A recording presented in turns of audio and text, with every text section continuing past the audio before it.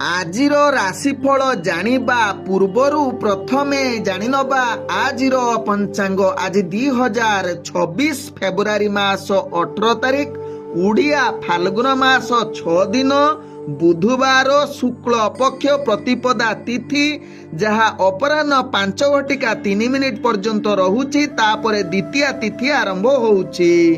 ଆଜି ଶତଭିଷା ନକ୍ଷତ୍ର, ଯାହା ରାତ୍ରି 9:16 ପର୍ଯ୍ୟନ୍ତ ରହୁଛି।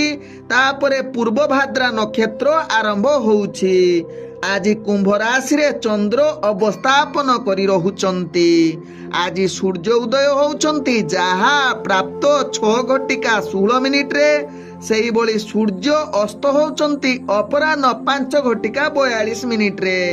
ଆଜି ଯୁଗ୍ନି ରହିଛି ପୂର୍ବ ଦିଗେ, ଅପରାହ୍ନ 5:03 ପରେ ଯୁଗ୍ନି ଉତ୍ତର ଦିଗରେ ରହିବେ।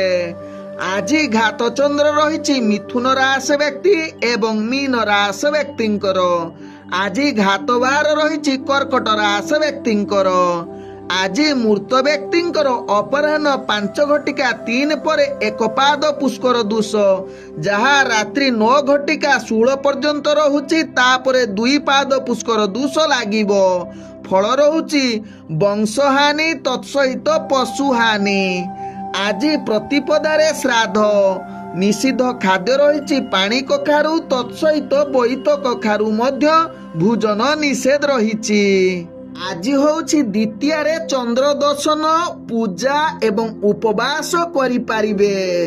ଆଜିର ଅଶୁଭ ବେଳା, ଯାହା ଦିବା 9:07 ଦିବା 10:42 ମଧ୍ୟ ରହିଛି କାଳ ବେଳା। ସେହିଭଳି ଦିବା 12 ଦିବା 1:50 ମଧ୍ୟ ରହିଛି ରାହୁ କାଳ ସହିତ 12 ବେଳା।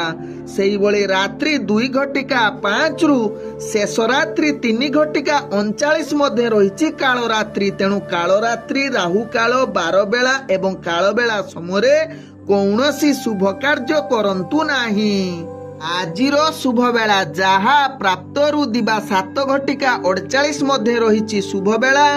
ସେହିଭଳି ଦିବା 2:14 ଦିବା 3:50 ମଧ୍ୟ ରହିଛି ଶୁଭ ବେଳା।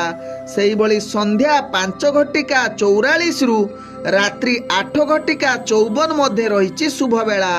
ସେହିଭଳି ରାତ୍ରି 3:40 ଶେଷ ରାତ୍ରି 6:15 ମଧ୍ୟ ରହିଛି ଶୁଭ ବେଳା। ତେବେ ଚାଲନ୍ତୁ ଜାଣିବା ଆଜିର ରାଶିଫଳ, ଯାହା ଚନ୍ଦ୍ରଗୋଚର ଗଣନା ଦ୍ୱାରା ଜାଣିବା। ମେଷ ଠାରୁ ମୀନ ରାଶି ପର୍ଯ୍ୟନ୍ତ।